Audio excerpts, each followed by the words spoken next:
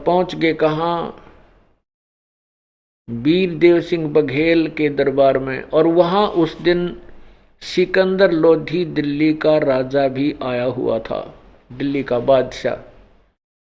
अब वीरदेव सिंह बघेल जो था वो तो एक अक्षत्रिय नरेश था और वो दिल्ली के बादशाह के अंतर्गत आता था। जैसे छोटी छोटी स्टेट होती थी, रियासत, उनके राजा और दिल्ली के राजा के अधीन होती थी, पराधीन होते थे। ऐसे परमात्मा ने भी वो दिन देखा कि आज सिकंदर लोधी भी आया हुआ है, इनकी सबकी फड़क निकल जाएगी।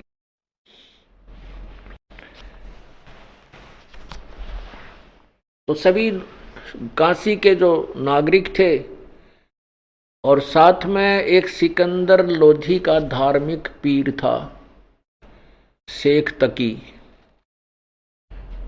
वो भी परमात्मा से ईर्ष्या रखता था।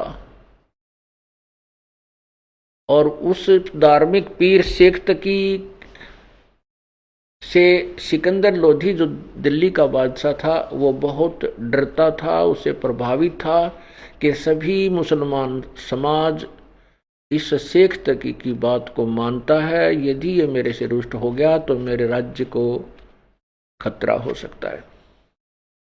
सभी काशी की नागरिक कई हजारों की संख्या में जब वहां पहुंचे तो सिकंदर लोधी ने पूछा कि क्या कारण है, किस कारण से आप ऐसे नाराज हैं, क्या बात होगी। तो उनको सब बात बताएगी, सब कहानी से परिचित कराया गया। तो कहा कबीर साहब, सिकंदर लोधी ने कहा कि लाओ उस कबीर को पकड़ के।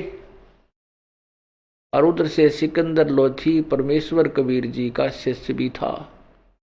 सिकंदर लोधी के जलन का रोग भी परमात्मा ने ठीक किया था, जो किसी से भी उनका ट्रीटमेंट नहीं हुआ था, किसी से कोई समाधान नहीं बन पाया था, ना हिंदू मुसलमान संतों से, ना मुसलमान पीरों से। और सिकंदर लोधी के सामने परमात्मा ने और भी बहुत सी लीलाएं की थी। एक सिकंदर लोधी के सामने ही एक गाय को कत्ल कर दिया गया था और कबीर परमेश्वर ने उस गाय को जिंदा किया था, जीवित किया था, और उसे दूध निकाल की बाल्टी भर दी थी। एक कमाल नाम के लड़के को जो नहर में, दरिया में बहता हुआ आ रहा था, उसको जीवित किया था, जो बहुत दिनों से 1-2 दिन का मृतक था। शेख तकी की लड़की कमाली को परमात्मा ने कब्र से निकालकर जीवित किया हुआ था।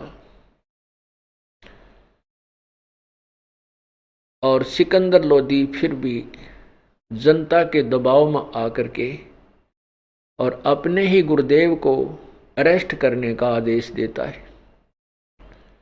हम इतने कर्महीन हैं, हम इतने ज्ञानहीन थे कि हम भगवान को नहीं पहचान सके, केवल अपना राज्य ही दिखाई दिया। उसने सोचा कि जनता नाराज होगी तो तेरा राज चला जाएगा। उस नालायक को यह नहीं पता था जब भगवान रुष्ट हो गया तो तू कहीं का भी नहीं रहेगा, और राज्य तो भगवान के हाथ में होता है। सिकंदर लोधी ने कहा कि लाओ उसको पकड़ के।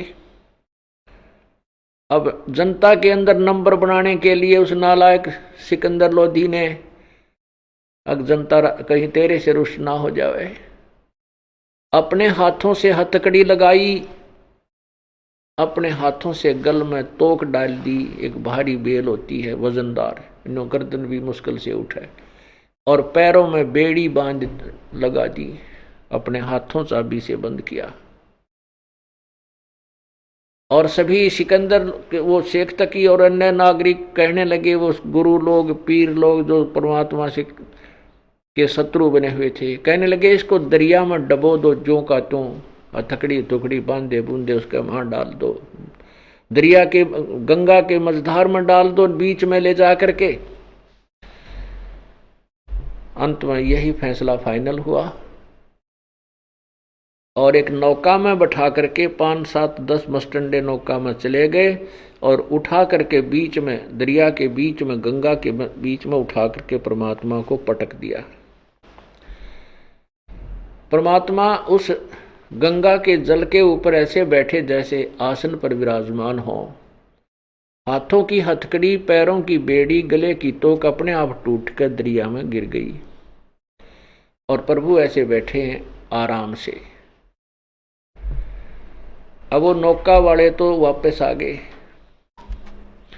अब उन पीरों ने, गुरुओं ने, हिंदुओं के जो ब्राह्मणों ने, ऋषि और संतों ने देखा कि ये तो ना मरा, अब इसको मारो। कैसे मारे? पत्थर मारे, पत्थर मारो, पत्थर मारो, डले मारे, पत्थर मारे। फिर बोले गोली मारो। गोली का आदेश दे दिया। क्यों? राजा का। राजा प्रभावित था जनता से, इतनी जनता रही, भाई कुछ भी करो, मैं क्या करूं। अब गोली मारे परमात्मा के, तीर मारे, एक भी आसपास नहीं जा। कोई तो वहीं फ्यूज हो जा, कि तो को ऊपर नमू हो जा, कोई इधर जाए, कोई इधर जाए। फिर आखिर में क्या कहा कि तोब लाओ, तोब। वो तेरा गजब भाई। 4 पहर तक तोब के गोले। तोब, हे भगवान, तोब का गोला तो बड़े बड़े किला न ढा के घेर दे। 4 पहर यानी 12 घंटे। ओहो। तोब के गोले अंधाधुंध। दुष्ट आत्मा ने ये नहीं सोचा तुम कर क्या रहे हो नालायको। ये मानस मनुष्य है जिसका ऊपर एक गोली में आदमी बच जा क्या, लेकिन बुद्धि का नाश हो रहा था उनका सबका। 12 घंटे तक तोब के गोले नु गब्बा गब कहते हैं।